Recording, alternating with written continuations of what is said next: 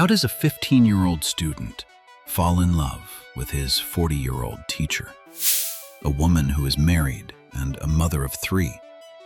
How does he, despite every imaginable obstacle, promise that he will one day return and marry her? And how, years later, does he stand beside that very same woman as he enters the Élysée Palace as the youngest president in French history? This is the story of Emmanuel Macron, a man whose life reads like a novel filled with twists, scandals, and an unyielding ambition for power. It is a story where traditional boundaries were shattered, clichés were challenged, and an unconventional marriage became the most debated topic in the world of global politics. History is in the headlines, but the truth? That's hidden in the profiles. Welcome to Profile. Subscribe to join our community of curious minds.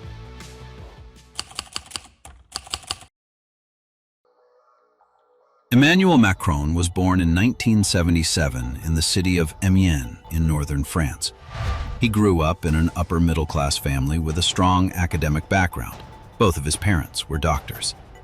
As the eldest child, Emmanuel showed signs of high intelligence and an inquisitive personality from a very young age. His teachers remembered him as a model student, one who always asked deeper, more complex questions than his peers.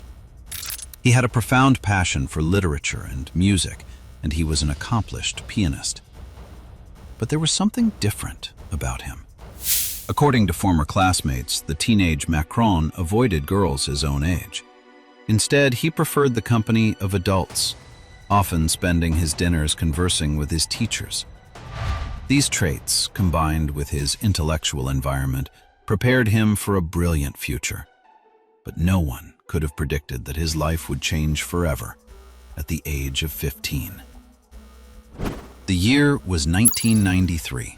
Macron was a student at La Providence, a Jesuit high school in Amiens.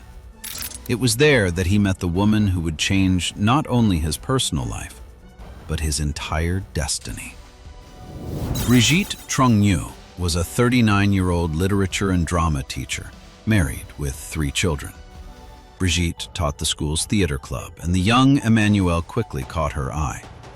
His sharp wit and talent for performance led Brigitte to take a special interest in him. But her classroom was more than just a place for drama.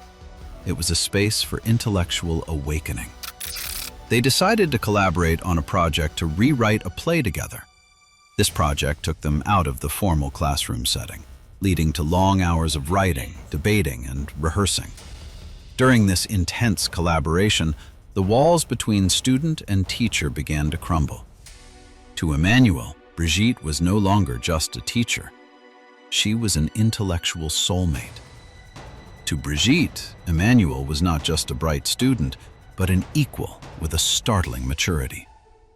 This artistic bond transformed into a powerful emotional connection, one that would ignite a massive scandal. At first, Emmanuel's parents were blind to the true nature of their son's relationship. They actually believed Emmanuel was interested in Brigitte's daughter, Laurence, who was his classmate. When the truth finally emerged, the family was plunged into a state of profound shock. A 24-year age gap could not be ignored. Brigitte was a married mother of 3. The reaction was one of total disbelief. His father, Jean-Michel Macron, later described the shock, saying he nearly fell off his chair when he heard the news. Driven by desperation, Macron's mother decided to confront Brigitte personally. She asked the teacher to stay away from her son, telling her, "Don't you see? You have your life, your husband, your children, but Emmanuel is just beginning his. Stay away from him until he is 18. Do not ruin his life." Brigitte's response, delivered through tears, defined their future. She looked at the mother and said, "I cannot promise you anything." For the parents, this was the final sign. They realized this wasn't a fleeting teenage crush, but a deep-rooted bond.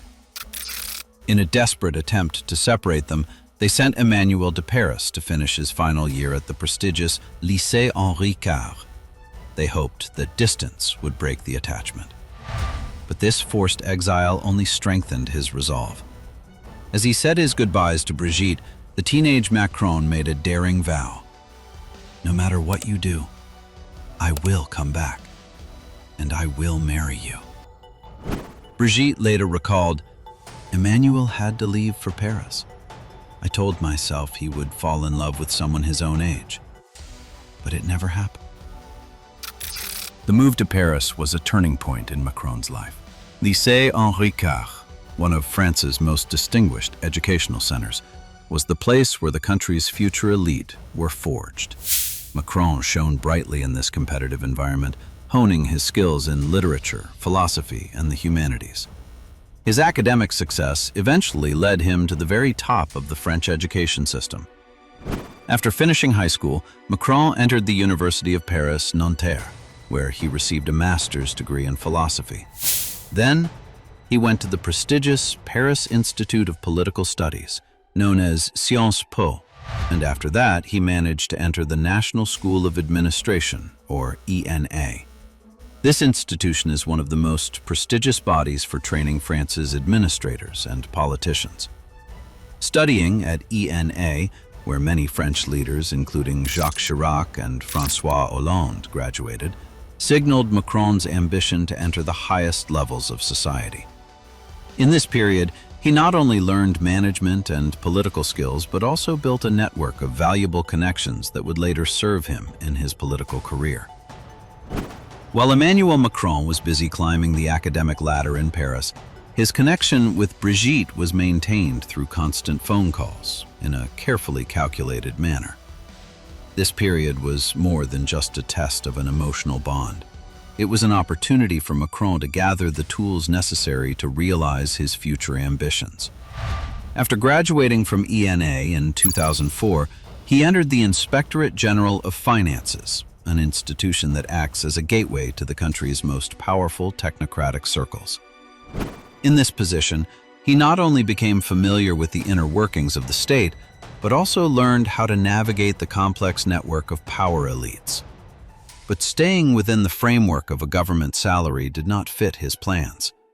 In a strategic pivot in 2008, he left the public sector for the influential investment bank Rothschild & C. This move was a calculated step into the world of international finance, where wealth and connections are defined on a different scale. In this arena, too, he quickly demonstrated his skill in seizing opportunities. Managing a multi-billion euro deal between Nestlé and Pfizer was a highly lucrative transaction that not only brought him significant wealth, but also earned him the nickname the Mozart of finance in financial circles. He now possessed both the knowledge of the state and the financial power of the private sector. Simultaneously, as this facet of his power was completed, the other piece of his personal life puzzle fell into place. In 2006, Brigitte officially divorced her husband. This decision affected not only her life, but also the lives of her children. The reaction from those around them was severe. Many considered this relationship immoral, and critics viewed it as an example of abusing a teacher's position. Nevertheless, Macron and Brigitte were determined to continue their path. In 2007, 14 years after their first meeting, they married each other. At this time, Macron was 29 years old and Brigitte was 54. Relying on this personal stability and financial power, Macron prepared for his return to the public arena. In 2012, President François Hollande brought the young banker into the Élysée Palace as his senior economic advisor. Only 2 years later, in 2014, the 36-year-old Macron rose to the rank of Minister of the Economy. In this position, he established himself as a pragmatic, free-market politician by introducing the Macron Law, a set of liberal economic reforms. This perspective, however, placed him in direct conflict with the traditional ideology of the Socialist Party. These intellectual differences gradually led him toward an independent path. While the popularity of the Hollande administration was plummeting, Macron, with precise timing, began his final move. In April 2016, in an unprecedented act for a sitting minister, he unveiled the creation of his own political movement called En Marche, or Onward. The goal of this movement was declared to be moving beyond the traditional left-right divide. A few months later, in August of that same year, he detached himself from the declining government through a calculated resignation to launch his personal project for the presidency. In November 2016, Macron officially announced his candidacy for the 2017 presidential election. The En Marche project was a masterclass in modern political engineering. By presenting himself as an outsider and using the slogan of change, Macron quickly captured the attention of voters who were disillusioned with traditional parties. Along this path, the role of Brigitte Macron as his closest advisor became even more prominent. Her active presence in the campaign displayed a united and committed couple, which significantly helped strengthen Macron's public image.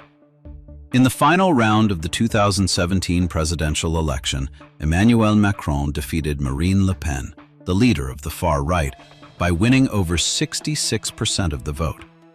It was a decisive victory. However, analysis showed that many votes, rather than being rooted in full support for Macron's program, were cast as a negative vote to prevent the far right from coming to power. Nevertheless, at the age of 39, he entered the Élysée Palace as the youngest president in French history. With this victory, the personal life of him and his wife fell under the world's microscope more than ever before. With the entry into the Élysée, the endless questions about the nature of this unconventional marriage began with renewed intensity. This time, the questions were not limited to the age gap. Toxic rumors, sometimes taking on aggressive dimensions, were constantly spread across the internet. One of the most persistent claims, which had started during his campaign, was the allegation that Macron was gay, and that his marriage to Brigitte was merely a cover to hide this reality. Macron responded to these rumors with a mix of directness and analysis. In numerous interviews, he attributed these rumors to two social phenomena: misogyny and homophobia. He made a key point, saying, "If I were 20 years older than my wife, not for a single moment would anyone doubt the authenticity of our relationship. But because my wife is 24 years older than me, many say this relationship cannot be real." With this argument, he challenged his critics, showing that their judgment was rooted more in gender cliches than in reality. Brigitte Macron did not remain silent in the face of these pressures either. She candidly admitted that the decision to continue this relationship, especially in the early years, had hurt her children, and this has always been one of her greatest regrets. However, she firmly emphasized that she could not turn her back on this love. In one of her famous interviews, she said, "Of course we have breakfast together, me with my wrinkles and him with his freshness, but that is how it is. If I hadn't made this choice, I would have missed a vital part of my life." The couple used a coordinated strategy to take control of their own narrative. Instead of hiding, they responded by being constantly seen together, displaying public affection and mutual support. Against the most aggressive rumors, such as the false campaign claiming Brigitte was a transgender woman, they resorted to legal action, suing an American podcaster who had spread the lie. In this way, during his first term, Emmanuel and Brigitte Macron faced not only political crises, but a constant battle to normalize their bond, turning their unconventional union into a symbol of a modern and resilient partnership. Recently, a video of Emmanuel and Brigitte Macron disembarking from a plane in Vietnam went viral, sparking intense reactions on social media. In these images, Brigitte's hand appears to push her husband back with a strike toward his face. Macron reacted by claiming he was only joking with his wife, denying any domestic dispute. However, Some media outlets noted that Brigitte also refused to hold Macron's hand while descending the stairs, and they walked down with a cold demeanor. This brief, ambiguous moment is perhaps the best frame to capture the story of Emmanuel and Brigitte Macron. A human drama, constantly in the public eye, full of details interpreted endlessly, for which there is never a final answer. A relationship that began with a daring promise in a theater class transformed into a strategic alliance at the highest level of power. And now, even its smallest movements become a subject for global analysis. What do you think of Emmanuel Macron, his performance as the leader of France, and his unconventional marriage? Every story has two sides, and the truth usually lies somewhere in the shadows. We want to hear your perspective. Join the discussion in the comments below. If this profile gave you a new perspective, support our mission with a like and share. Thank you for being part of the Profile community. Until next time, stay curious.